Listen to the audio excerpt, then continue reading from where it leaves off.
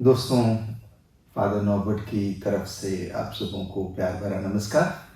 और ये बड़ी खुशी की बात है कि हमारे बीच में मध्य प्रदेश के झाबुआ अंचल से श्री जोसफ माल जी आए हैं सद्भावना स्टूडियो में। हमारे तमाम दर्शकों की ओर से मैं आपका अभिनंदन और स्वागत करता हूँ और जानना चाहूँगा कि आप अपने व्यक्तिगत जानकारी हमारे 10 दर्शकों को बताएं। नमस्कार, मैं जोसफ माल, जिला झाबुआ, मध्य प्रदेश के छोटे से जिले से भील अंचल से मैं आया हूँ। मैं प्राथमिक शुरुआत संत जोसेफ स्कूल में पढ़ाई किया। इसके बाद मैंने 6वीं से 8वीं तक सरकारी स्कूल में पढ़ा और इसके बाद मैं 9वीं से 12वीं तक हायर सेकेंडरी स्कूल कल्याणपुरा में पढ़ा और 12वीं करने के बाद 95 में मैं 95 से 96, 97, 98 में शासकीय महाविद्यालय इंदौर में एसवीडी के मार्गदर्शन में मैंने पढ़ाई किया। पढ़ाई करने के बाद मैं गुरुकुल में शिक्षा लिया। शिक्षा लेने के बाद मैं सामाजिक, राजनीतिक और धार्मिक के कार्यों में लगा रहा और 2007 में एक एज अ टीचर के रूप में कार्य करते हुए मैंने पहली बार ग्राम पंचायत नवापड़ा नवीन से सरपंच का फॉर्म भरा। ये बड़ी खुशी की बात है कि आप छोटे से अंचल से आए हैं और आपने जीवन को बड़े ही सूक्ष्म दृष्टि से जीने की कोशिश की और शिक्षा के माध्यम से आप बढ़े और फिर राजनीति में कैसा प्रवेश हुआ आपका? शिक्षक के रूप में आपने काम किया जैसे आपने कहा और अचानक से राजनीति में प्रवेश और आपने सरपंच का चुनाव जीता। उसके बाद में आप विधायक के लिए भी आपने 2 बार चुनाव लड़ा और आप एक संघर्षशील युवा हैं हमारे झाबुआ से और बहुत लोगों की निगाहें आप पर लगी हुई हैं। तो ये राजनीति का सफ़र और आगे बढ़ने का हौसला ये सब कैसे हुआ? जी, मैं रिलीजियस फादरों और सिस्टरों के मार्गदर्शन में मैंने MSW की पढ़ाई कर रहा हूँ और वर्तमान में मैंने ये देखा कि हमारे भील अंचल में महिला परेशान है, आम आदमी परेशान है, युवा वर्ग परेशान है। उनको देखते हुए मैंने निर्णय लिया कि मेरे ग्राम पंचायत नवापड़ा नवीन से मैं शुरुआत करूं और वो फॉर्म भर करके मैं टीचर के पद पर रहते हुए फॉर्म भरा। फॉर्म भरने के बाद मुझे लोगों ने आशीर्वाद दिया और संघर्ष करके मैं 2007-8 में 15 साल वाले सरपंच को हरा करके पहली बार सरपंच बना। मेरा उद्देश्य था कि सभी धर्म, सभी जाति, सभी लोगों का विकास करूं और जो दर्द से भटक रहे थे उनको रोजगार दूं, चाहे वह किसान हो, चाहे वह बेरोजगार हो, चाहे विधवा पेंशन हो, विकलांग पेंशन हो। और 1 करोड़ के 1 साल में काम करके दिखाया। परंतु वहां के कुछ गिने चुने भाजपा नेता लोग और RSS के लोगों ने मिल करके 2013-14 में षड्यंत्र मेरे ऊपर रचा और मुझे 5 धाराओं में मुझे गिरफ्तार किया और जेल भेजा। 44 दिन में जेल में रहा। परंतु संघर्ष के बाद मेरे सारे गांव के मतदाता मिल करके और समाज के कुछ जनप्रतिनिधि लोग आगे आकर के मुझे 44 दिन के बाद मैं बाइज्जत बरी हुआ।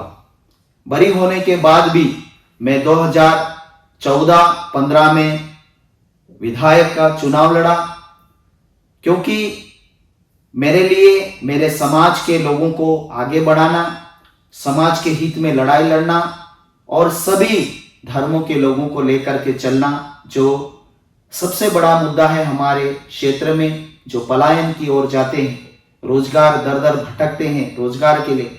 तो हम अगर जनप्रतिनिधि हमारे झाबुआ रतलाम के क्षेत्र के लोगों के लिए एक विकसित करेंगे तभी हमारे लोग आगे आएंगे। तो चाहे वह शिक्षा के क्षेत्र में हो, स्वास्थ्य के क्षेत्र में हो, राजनीतिक के क्षेत्र में हो, एक जुनून की तरह आग छेड़ दिया है और हमारे सभी आदिवासी भाई बहनों और अन्य जातियों का पूरी तरह से समर्थन है। और ऐसी दशा में 2014-15 में मैंने फॉर्म भरा, चुनाव हार गया विधानसभा का, फिर मैं 2018 में पुनः चुनाव लड़ा विधायक का, फिर हार गया। 2019 के चुनाव में मैंने लोकसभा में मैंने पुनः फार्म भरा और चुनाव में हार गया, और 2024 की मैं पुनः तैयारी कर रहा हूं ताकि वह झाबुआ रतलाम संसदीय सीट से एक बार पुनः सभी के आशीर्वाद से, सभी के समर्थन से मैं चुनाव की तैयारी। बहुत अच्छी बात है कि आप जुनूनी हैं। कहते भी हैं कि कौन कहता है तुम आसमां के सितारों को छू नहीं सकते, जरा आसमां पे पत्थर तो उछाल के देखिए। तो कोशिश आपकी बरकरार है, आप करते जा रहे हैं। झाबुआ एक ऐसा क्षेत्र है जहाँ पर गरीबी है, पिछड़ापन है, बहुत सारे हमारे लोग जो आदिवासी अंचल के दूसरे प्रदेशों में जाकर काम करते हैं, बहुत सारे एक ज़रूरत है वहाँ के लोगों के उत्थान की, और आप उस वर्ग को रिप्रेजेंट कर रहे हैं, उस लोगों को आप आगे बढ़ाने की कोशिश कर रहे हैं।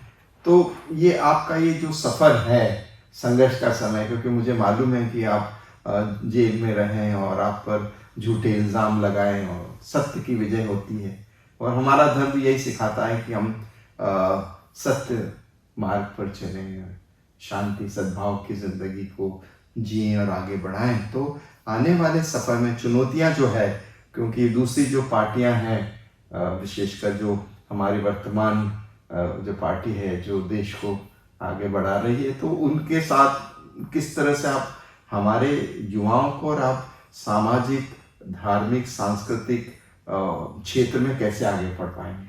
क्या मुद्दा होगा आपका कि आप इस आने वाले समय में सफलता हासिल करें? जी हाँ, मेरा लोकसभा क्षेत्र में सबसे पहला मुद्दा है पलायन को रोकना जी।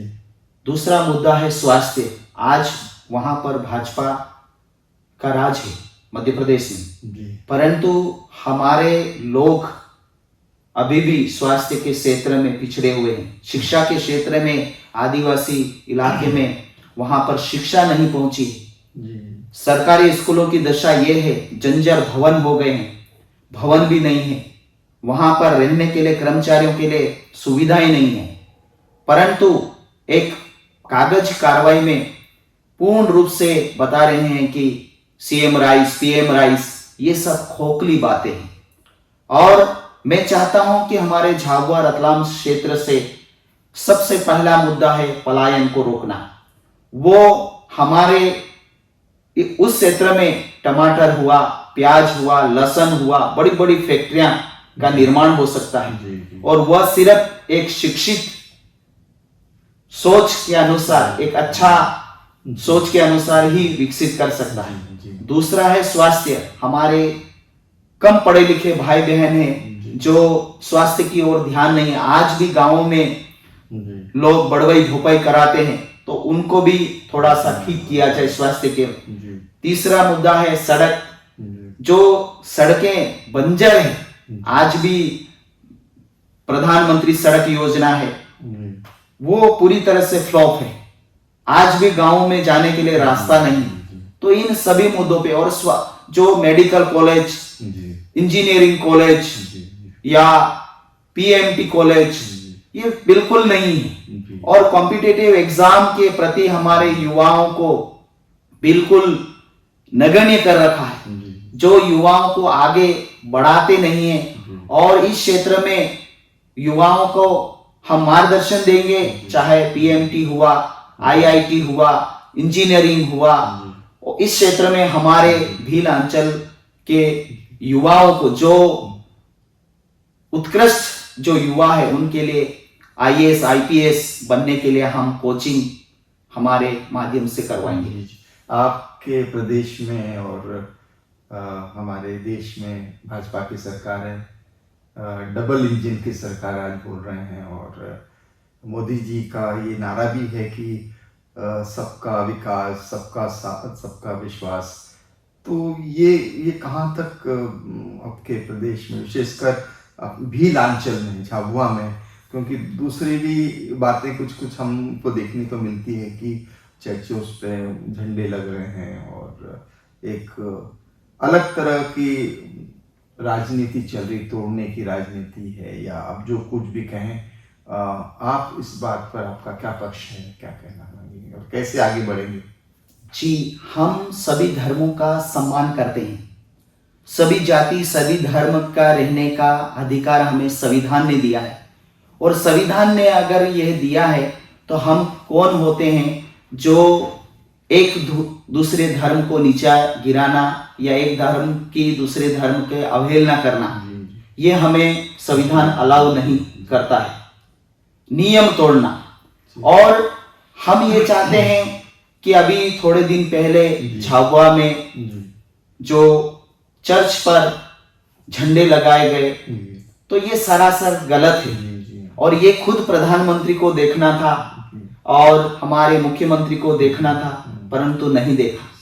और हम चाहते हैं कि सभी धर्मों का सम्मान करें और सब मिलजुल कर अभी हमारे देश का संविधान भी कहता है, और होना भी यही चाहिए कि हम मिलजुल से जिंदगी को जिए, सबको एक साथ लेके चलें, न्याय हो, सब शांति हो।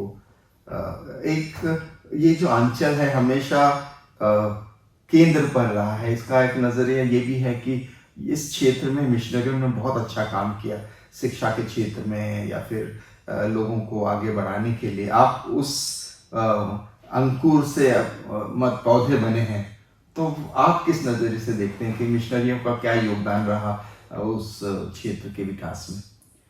वहाँ झाबुआ क्षेत्र में, भील अंचल में, चाहे वह रतलाम ले लो, झाबुआ ले लो या अलीराजपुर जोबट में ले लो, भाजपा के जनप्रतिनिधियों के बच्चे सारे मिशन स्कूल में पढ़ रहे हैं, और आरएसएस के बच्चे जो हैं वो भी मिशन स्कूल में पढ़ रहे हैं। फिर आरएसएस और बीजेपी मिल करके क्यों पॉइंट आउट करते हैं कि धर्म का विरोध करते हैं और व्यक्ति का विरोध करते हैं? ये सरासर इनको गलत है, ये नहीं करना चाहिए। हमें सबको मिलजुल करके रहना चाहिए।